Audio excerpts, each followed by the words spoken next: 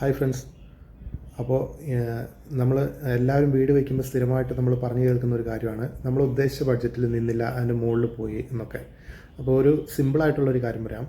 നമ്മൾ വീട് പണി തുടങ്ങുന്നതിന് ഒന്നോ രണ്ടോ മൂന്നോ മാസം മുമ്പ് അത്യാവശ്യം പണി നടന്നുകൊണ്ടിരിക്കുന്നതും പണി പൂർത്തിയായതുമായ കുറച്ച് വീടുകൾ പോയി കണ്ട് അവിടുന്ന് നമുക്ക് എന്തൊക്കെ വേണോ നമുക്ക് അഡാപ്റ്റ് ചെയ്യാൻ പറ്റുന്നത്, നമുക്ക് ഇഷ്ടപ്പെട്ട ഡിസൈൻസും ഒക്കെ ഒന്ന് നോക്കി വെച്ചതിന് ശേഷം കൃത്യമായിട്ടൊരു പ്ലാൻ ഉണ്ടാക്കിയിട്ട് ആ പ്ലാനിൻ്റെ ബേസിൽ വേണം നമ്മൾ വീട് പണി സ്റ്റാർട്ട് ചെയ്യാൻ. തുടങ്ങിയതിന് ശേഷം പലരും വന്ന് പല അഭിപ്രായങ്ങളും പറയും, ഫ്രണ്ട്സും റിലേറ്റീവ്സും ഒക്കെ വന്ന് പലരും പറയും.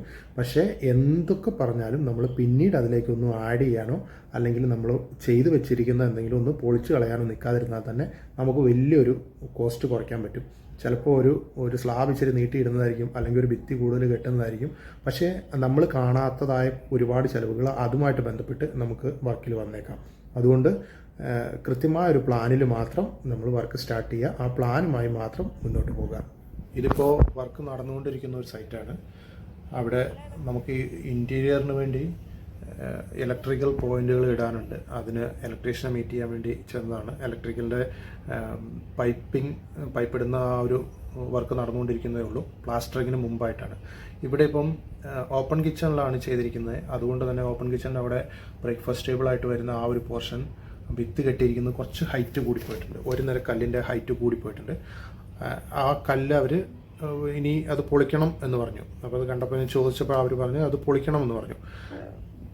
ഇതൊരു ജസ്റ്റ് ഒരു ഉദാഹരണമാണ്. ഒരു കല്ലിൻ്റെ ഹൈറ്റേ ഉള്ളൂ, ഒരു കല്ല് എടുത്ത് മാറ്റേണ്ടതേ ഉള്ളൂ. അതൊരു വലിയൊരു വർക്കല്ല.